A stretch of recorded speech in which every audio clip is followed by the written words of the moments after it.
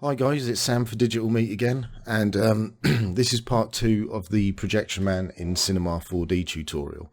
If you haven't watched the first part yet, I suggest you go back and watch that. Okay, so where we left off, we had made a calibration camera, so let me just come out of this.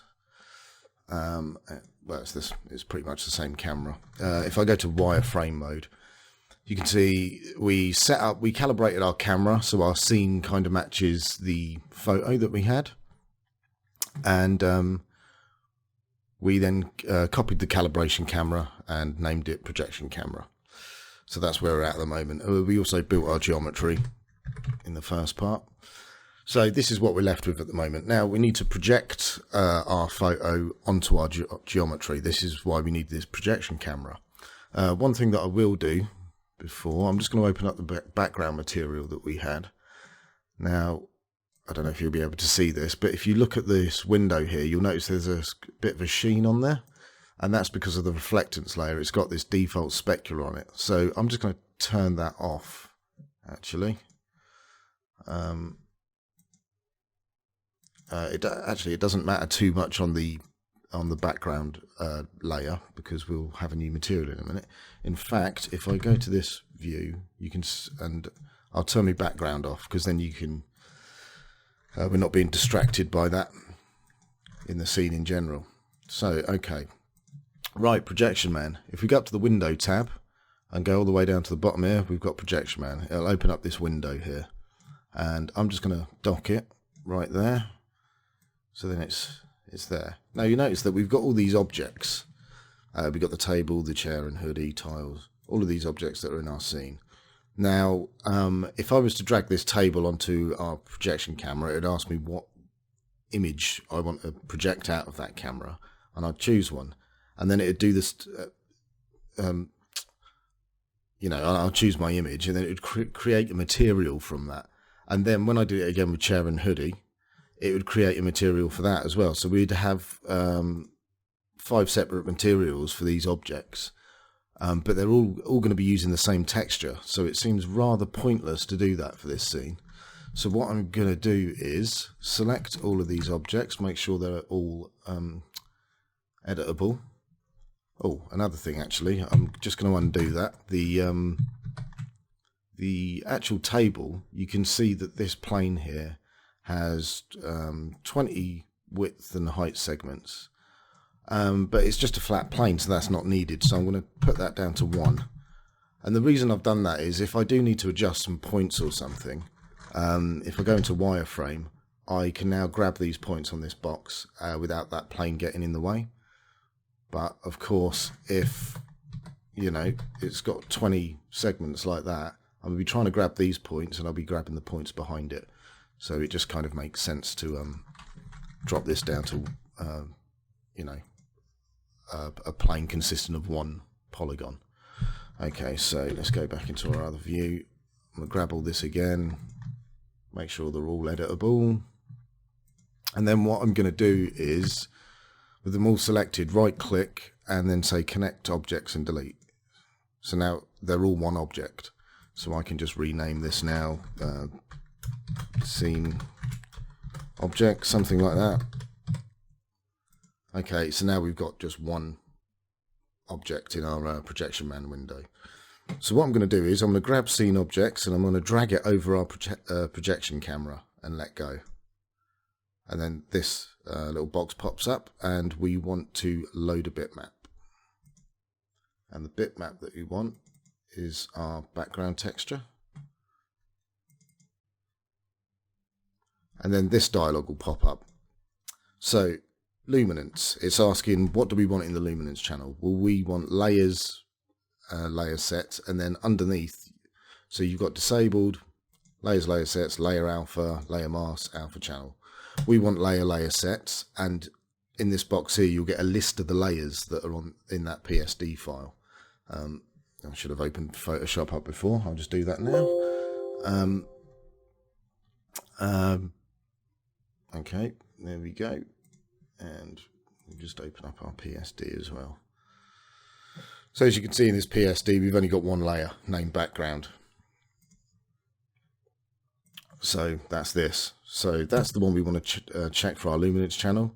Here it's saying alpha. So if you've, say I, in this photo, cut out these objects or something like that and then put them on a layer called objects, and then the table was on its own, you could choose the alpha from the layers, and then you could choose what layer you get the alpha from. So if I had a layer here called objects, I could pick that and you'd see just the alpha of the objects that had been sort of cut out. In this case, it doesn't really matter. I could disable it, in fact, because it is just a flat image. So I'm just going to say OK to that. And there we go. We've got our image projected onto our geometry. So if I come out of this camera, you can see that our image has been stuck to our geometry. But you'll notice that the quality isn't very good, and that's because of the material. So if you double click on the newly created material, you'll see again that we've got this reflectance channel with a default specular in it, and that could cause some highlights and stuff. So I'm just going to turn that off. Also, for the quality of it, if we go down to editor and, I don't know, put this up to 2K, there we go, a lot better result. I think the actual image is 5K by something, I can't remember, but yeah, I'll just put it up to 4K, that'll be fine. And go back into our projection camera. There we go. And if we take the lines off, we can see that everything looks as it should, which is what we want. Okay, so next, what do we need to do? Well, I'm going to duplicate the projection camera, and I'm going to take off this protection tag, and I'm going to call this shot camera, because this is going to be our shot. So if I go into this camera now, we're in our shot camera. At 0, let's make this timeline, I don't know, 10 seconds long, something like that. Let's make it 8 seconds. It doesn't need to be that long for the purposes of this. So at the beginning, I'm going to make a keyframe with my camera selected, and then I don't know, somewhere towards the end, maybe 7 seconds, I'm going to make another keyframe, but after I've moved the camera. So let's move our camera into position. Now we don't want to move it to a position that, you can see that this is a complete illusion. So I'm going to move it to somewhere. Actually, yeah, we could get some of the background in there. That's fine. Make sure that we're not... Let's zoom in a little bit more. Oh, we've got this space up here that's empty as well. Okay. Something like that. That'll do us. Let's make sure... Okay. So a nice tight shot there. And we'll put a keyframe. So now our animation is going to be zooming in like this, and that seems to be working fine. Okay, the issue that we have got though, I'm just going to play that, see what it looks like. Okay, yeah, so it starts moving. Yeah, that's fine. Okay, so you can see the issue that we've got now, and that is that because this is a flat image being projected onto 3D geometry, the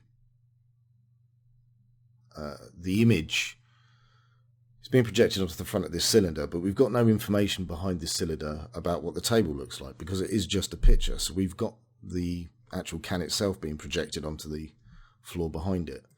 Now this is where Projection Man shines really, because we can do something called a coverage render. So now we've got that shot in there. Also, I just want to note here that you can see inside of the can here, because the texture's not there. So Okay, sorry about the break that I put in there. I was going insane for a minute there. So, okay, what we actually want to select is our scene objects in Projection Man. And you can see here that we've got the information about how the image is being projected. So this is the material that's going onto it. The projection type's camera mapping, and then it's got side. So currently it's set to front. If we set it to back, it reverses it, so it'll only project it on the back side of polygons. But what we want is both, because then it sort of fills it in a little bit. But you can see there's still some issues there with that, so we've got to fix that. In fact, I think I will leave it at front actually, because then we get a clear definition of, you know, where the texture starts to sort of go wrong, if you like. And also up here on this, on the side of that there. So let's just go back. Okay, front. Yeah, all right.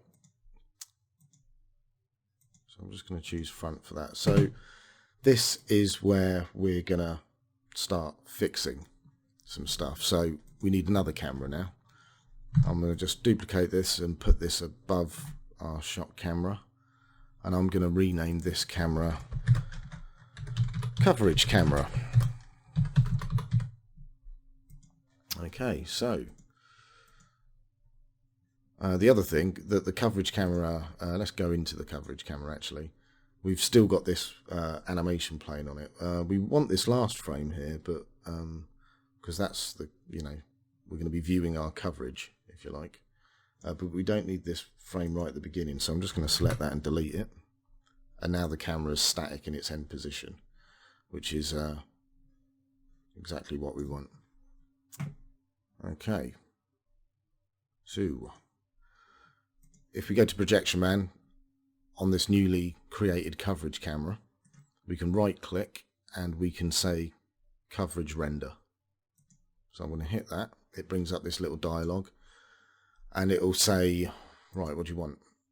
It's already put the name coverage camera in there and named it PSD. Let's see where it's saving it. Yep, it's saving it to this texture folder, which is exactly where I want it.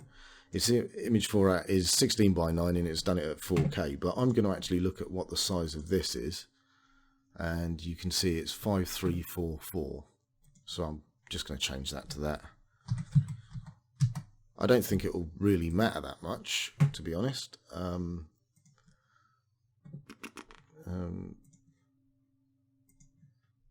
But just for the 308, okay, just so I can make it the same. Let's do it 16-bit, better color definition. Save the alpha. Okay, start Photoshop. I'm going to uncheck that because I've already got Photoshop open. Draw edges. Now, what this will do is it will actually render the edges of the geometry like this with it, which is something I do and I don't want. So I'm actually going to do two renders. So I'm going to leave draw edges on for this, and I might actually rename this edges. If I could spell, that'd be good. Edges on. So let's just OK that. And there we go. It's quite quick, even though it's massive. Okay. Oh yeah, so we've got our edges here. They're quite small, but they are there. Okay, so that's one render, and I'm going to do another one.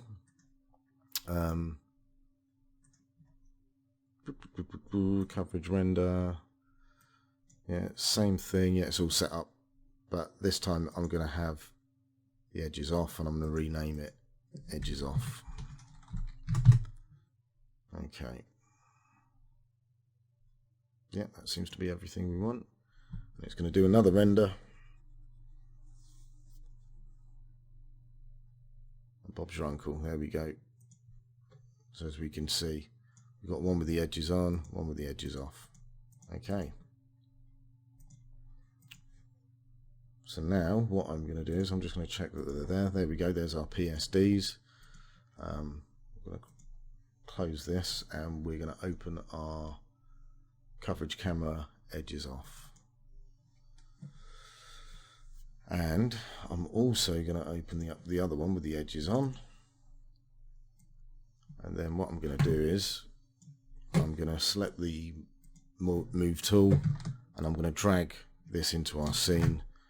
Let's call it layer 1 for some reason. Oh. I think I've made a mistake there. Let's try that again, shall we? So, edges off. And edges on.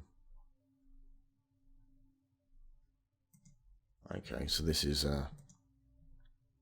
needs to be renamed. So this is our edges off PSD, and I'm just going to call this edges off. Okay, and then I'm going to grab our other layer and drag that into our scene. I can get rid of this now. I'm going to call this one edges on. Excuse me.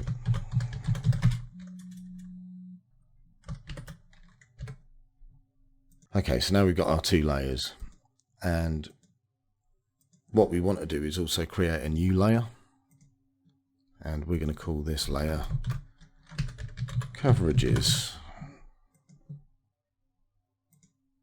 Okay, so now we can flip our edges on and off as we need to.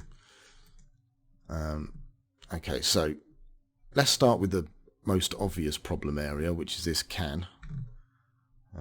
Let's leave our edges on, and we'll select our coverages layer, because this is the layer that we're going to want to paint our changes onto. So what do I need to do now? I need to select the clone stamp tool.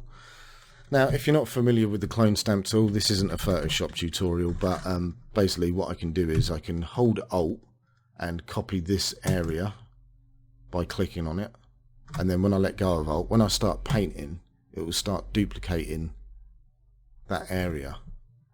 And the reason it didn't then is because it's only sampling the layer it's on, which is this empty transparent layer. So you need to go to the top and you need to select all layers. So now when I select this, it takes a clone stamp of that and I can start painting it. So that's what we want.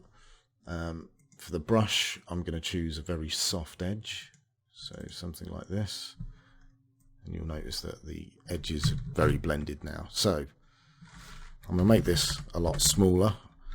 I'm actually just using my mouse at the moment, which I wouldn't typically do. I'd use a Wacom tablet, so we'll see how we go, and if it's bad I'll pause and plug the tablet in. So let's start then. Okay, let's make that a bit bigger. Start. Oh, excuse me. Take a bit of that. Start painting this out.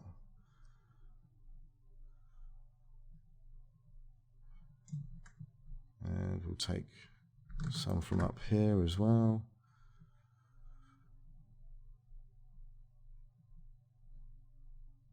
Okay, that's looking good. I think I'm going to take this line here as well.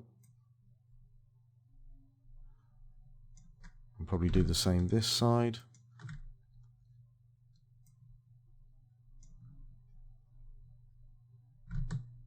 Take a little bit more from there.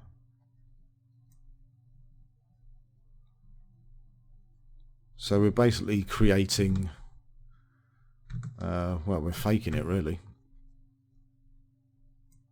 We're creating that information that we didn't have, which is pretty cool really. Okay, there we go. I think I'm going to take some of this and paint this in, try and blend it in a little bit better. There we go. Take some of this just for this section here. Now you can tell that's cloned because there's, you know, some massive features there, so I'm actually going to take a bit of this and paint that out. Okay, so that looks like a, you know, a bit of wood now, so that's you know, we're doing all right. So what I'm going to do is, you can see how this is going to build up. So what I'm going to do is pause the video here, because you don't really want to watch me do this. So I'll be back in a sec. Okay, I'm all finished up. It's not the best Photoshop job in the world, but for the purposes of this tutorial, it'll do fine. Okay, so let's take off the coverages. The problems that we were having was the side of this can, the can texture spilling over the geometry onto the table. As you can see, the side of these tiles are missing, and some of it's spilling onto the table here. And down in this corner, we've got some of the box texture spilling onto the table. So with the coverages, cleaned up that can, kind of. It's pretty bad, but don't worry about that. The table's fine, so's the edge of this stuff, and you can see the box is cleaned up as well.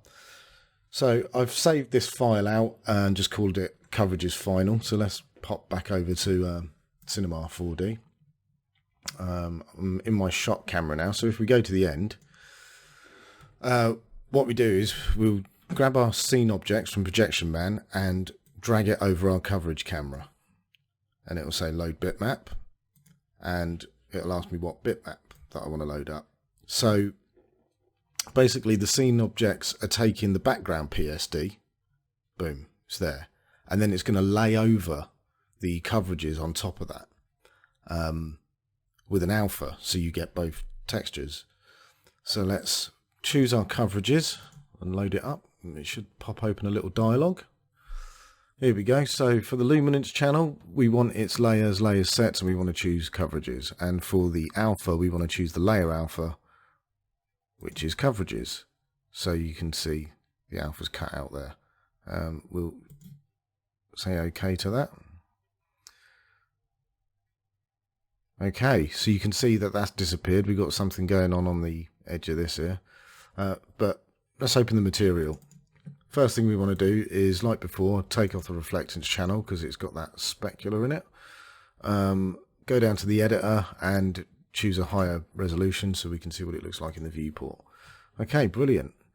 In our coverages, you might know, just a note, you might notice a little glitch at the top here, and that's because it's actually outside the realms of the render space. So if I go to options in the viewport, configure, go to view, and then just turn up this tinted border. Its opacity is at 10% at the moment. If I turn it up to something like 80, you can see that that's outside the actual render space.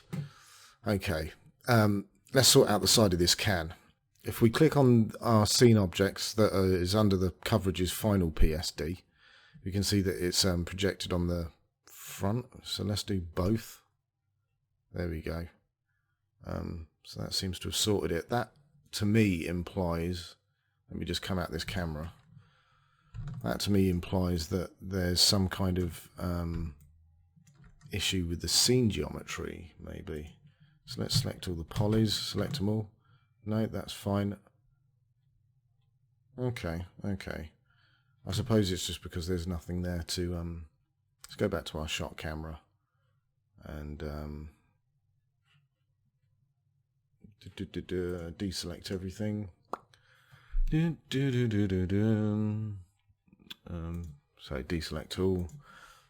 Okay, right, so we got our coverage where we want it, but you may have noticed that if I scooch back through the shot, we've now got another problem. I don't know if you can see this on the video, but we've got this white blotch here, and we've also if you sort of go halfway through, you can see the edge of this box is bleeding over, and so's the edge of this, because obviously in the final shot, so if you look at the tiles here, the final shot looks fine, and at the beginning it looks fine, but sort of in the midway point we've got problems. So let's deal with this can issue first with this white splotch here, because that'll be nice and quick. So let's create another camera. In fact, we can just duplicate the I think it's the projection camera, actually. Yeah, it is. Okay, so we'll just duplicate the projection camera, and we'll call this can coverage. Okay, so we got that going on there as well. I don't think there's any keyframes. No, we're good. So we've got our can coverage camera, and the reason we're getting this white splotch, by the way, is because with the shot camera, because the move is so extreme, it's not a subtle move. You know, we kind of rotate that around that can. Once we've covered that missing bit, that is spilling over onto the table behind it, and that's what that blotch is. In fact, if I come out the shot camera and get down here, you can see some of that blue there as well. So that's what's happening. So we need to make sure we've got more coverage, basically.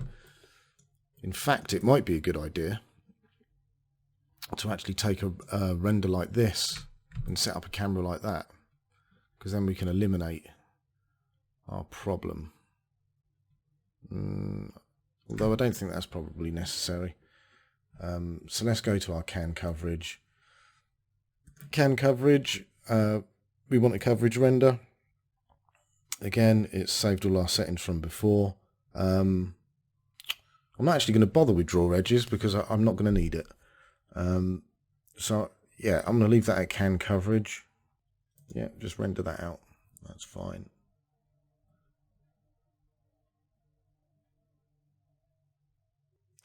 Yeah, we've got some other issues going on here as well. I wonder why that is.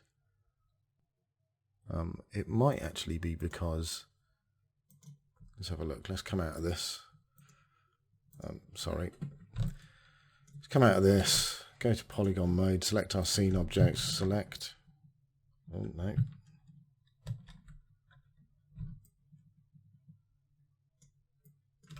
Oh, yeah. Okay. So where it's textured, you can see the polygons here are blue.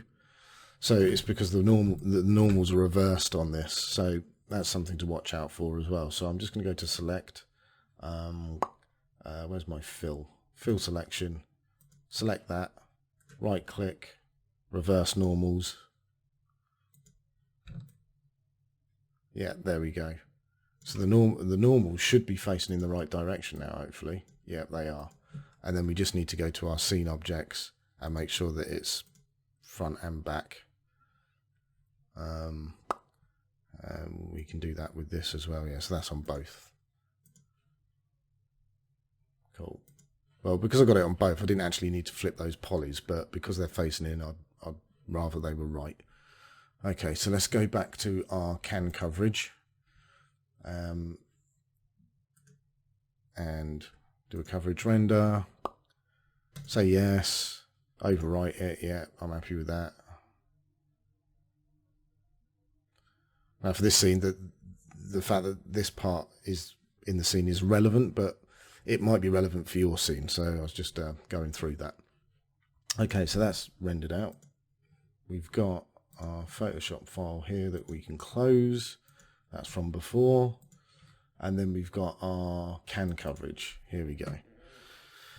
So what I'm going to do is also open up the background image. And I'm going to, I'm going to copy this layer.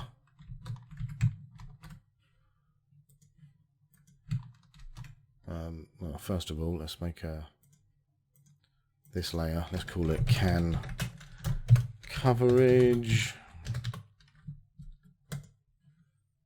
and then grab our PSD layer. You'll have to excuse me.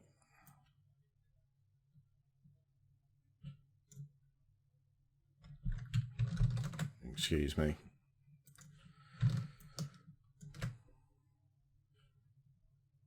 Doesn't want to play ball for some reason. There we go. We're in. Okay, so I've got our background layer on top of our can coverage there.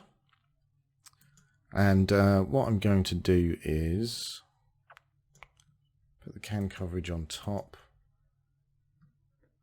And I'm basically going to delete parts of the background that I don't need. So, where is my erase tool? So, let's turn off the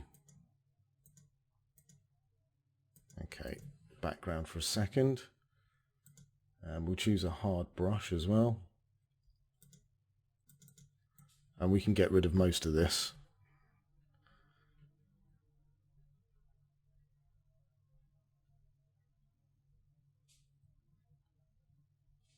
In fact, if we turn our can coverage on and drop the opacity down a little bit. Oh, no, that's the background.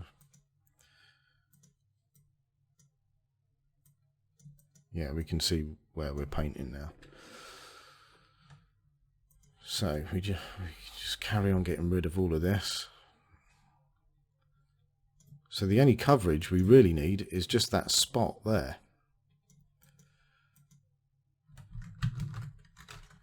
I'm just going to zoom in, get rid of this, get rid of all of this. Remember, this can has already been covered largely. It doesn't matter if we get a bit of the edge of it. This doesn't need to be the best job in the world. As long as we obliterate that little bit there from the table, we're not going to see the rest. So I think we're good. So yeah, I think that's largely it. Yeah, so it's just that white splotch on the table there. Let's turn the opacity up on this. Oh, beg your pardon. There we go. I think everything else is okay. So I'm going to copy this name, can coverage. I'm going to delete that, call this can coverage, save as, and then just overwrite can coverage. Maximize compatibility. So let's go back to Cinema 4D. Now what we need to do is drag our scene objects onto can coverage even. Load bitmap, select can coverage, layers and layer sets, and I want can coverage, and layer alpha, I want can coverage. Boom, it's disappeared. And again, we need to take off the reflectance, go to the editor, whack up the resolution, so it all fits. So now, when we go back to our shot camera, we've got no can on the table, no projection of what was there from our first coverage camera.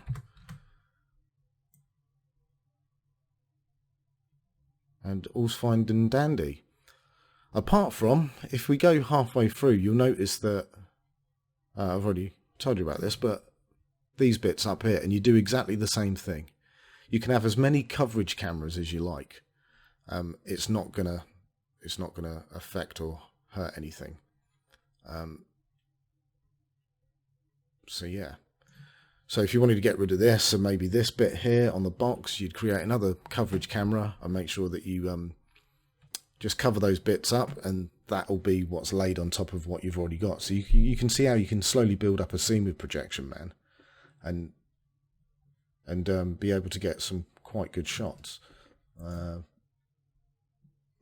you go. There's a rendering 4K there. Yeah, you can see it there. But yeah, so that's how you build up a scene in Cinema 4D using Projection Man.